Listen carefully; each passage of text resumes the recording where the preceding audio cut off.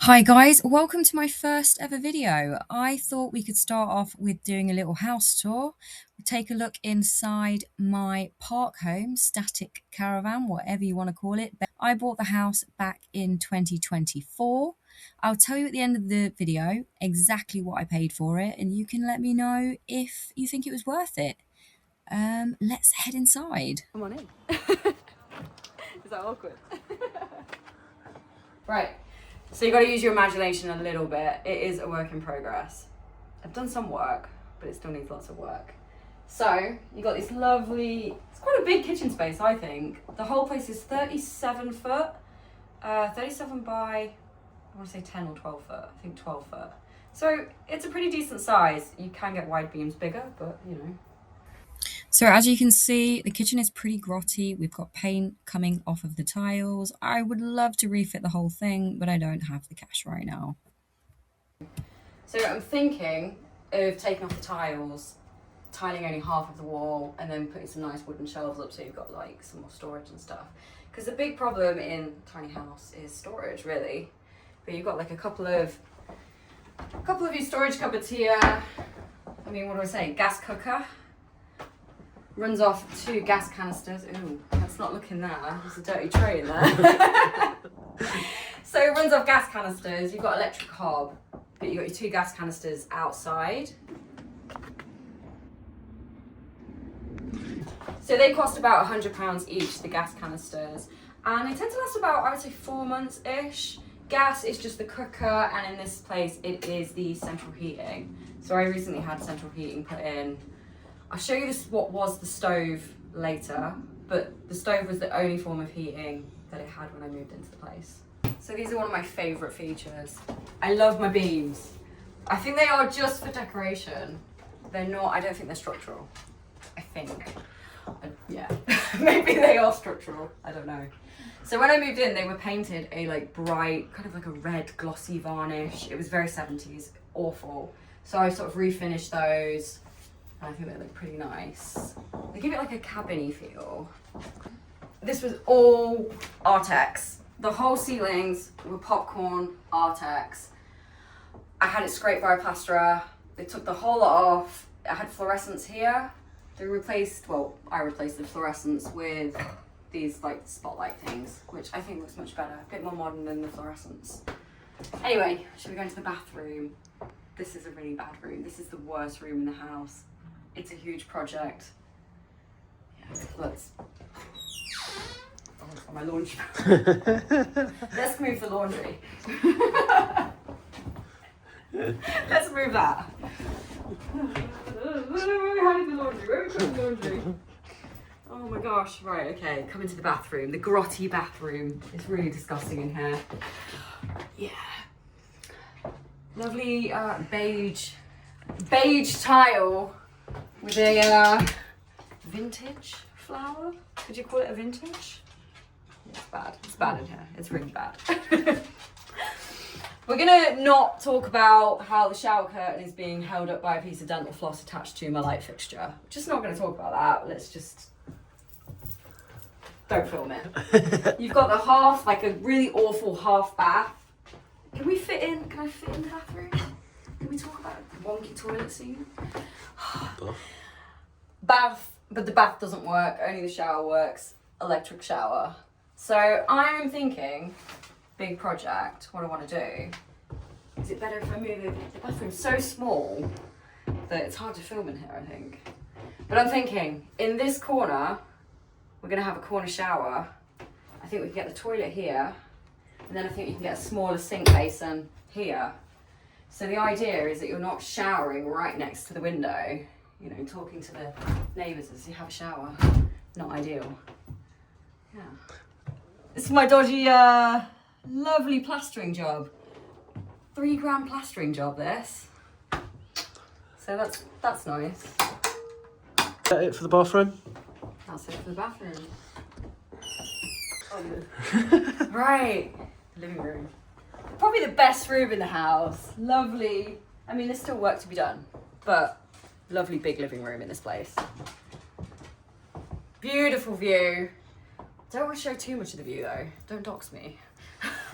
I need to put my art on the walls, give it some personality.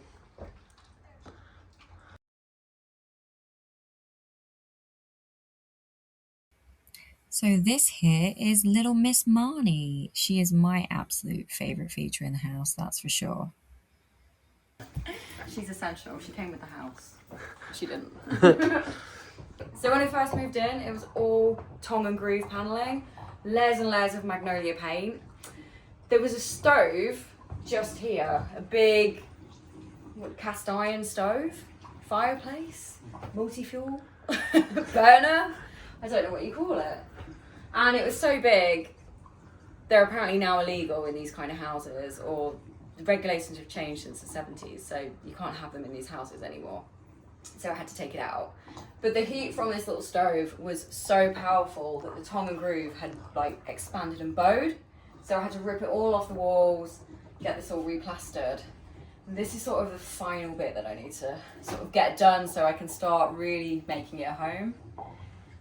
So the stove was here, and you sort of just got this now left from the stove. I gotta find somebody that can take this out.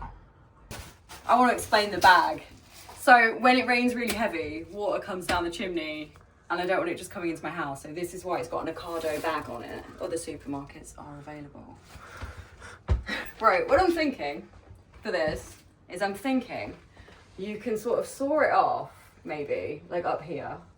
I'm thinking we can plaster over it, and at the top of the chimney, you can just cap it with some sort of waterproof, so the rain doesn't come in.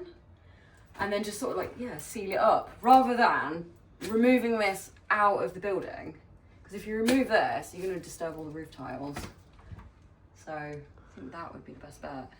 But I've been quoted about £4 to remove this, which is absolutely insane. I think they just don't want the job. They're quoting high because they don't want to do it, which I sort of get why. So once this is out, we can get this all replastered, and we can put the final bit of skirting board on, which has just been sort of living on the living room floor. So when I first moved in, there was pull cords everywhere. There was just a pull cord light in the middle of the living room, just dangling. So plan is to have had it taken out. The plan is to get an actual light fitting. I just need to buy the actual light fitting.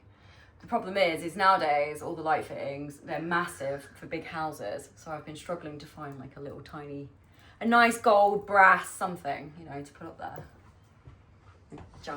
Junk everywhere because there's no storage in this place. I really want to do some IKEA built-ins where the stove kind of area, shove all the junk in there. Right, to the bedroom. This is the only bedroom in the house, and it is pretty small. I think if you're a couple living here, you would definitely struggle, but as a single person, it works okay. Jumping on the bed. She's jumping on the bed. She doesn't care. So when I first moved in, I ripped out, there was like these big pine wardrobes. I took them out and I did what all caravans do, those like over the bed style wardrobes. Problem is when you actually live with those over the bed wardrobes, you're climbing over the bed to sort of get into the cupboard that's this side, and there's not a lot of room around here. So it actually works a lot better, just small little IKEA wardrobe, don't have a lot of clothes anyway. Dresser here. The idea is to actually get a little TV and put it on here, have a little shelf above it as well, and then I can watch TV in my lovely bed. So the bed is a small double. It's not a double bed.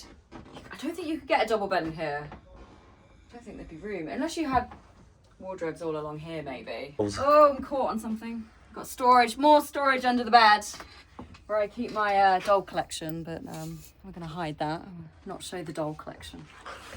Monster High dolls, if you know, you know. The remnants of the Artex. The last remaining Artex in the house. So the ceiling in here has been replastered twice because the plasterers did such a bad job. Me and my dad, we had to replaster it. £3 grand.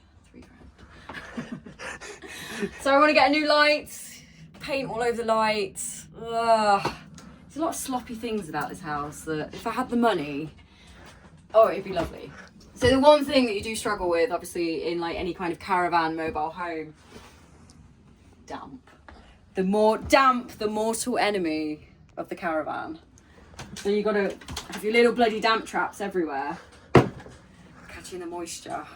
But it's been a lot better since when I first moved in. I really struggled with like the damp and things and condensation, mold growing. But central heating, now it's pretty good. So don't really get that problem. And if you keep your windows open in summer and things, you don't get all that crusty condensation. So hi, it is me from the future here. I don't really know what happened to the end of the footage from the other video. The other video was filmed back in, I think, May, a long time ago. So I just thought, you know what, we'll get some content on the channel, we'll put it out there anyway. What you guys want to know probably is what I paid for the house. So, drum roll. Da-da. I paid £60,000 for the house, which I think is a lot of money. Now, I have seen park homes for as little as, off-site that you've got to put on site. I've seen as little as like £6,000 to £10,000. On sites, I've seen them £30,000, way up to like the brand new, really posh sites, 130,000, you know, even more than that. So, do you think it was worth it? Would you have paid £60,000 for this house? It definitely needs a lot of work, but it is in a really nice area. I'm right next to the river.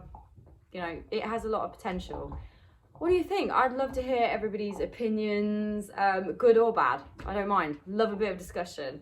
Yeah, let me know. And if you've got any questions, as people say, put them down in the comments. And I'll try and reply to everybody.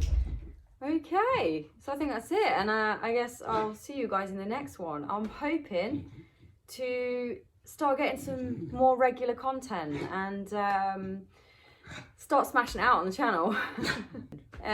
Yeah, how do you end it? It's kind of awkward, right? Yeah, till next time.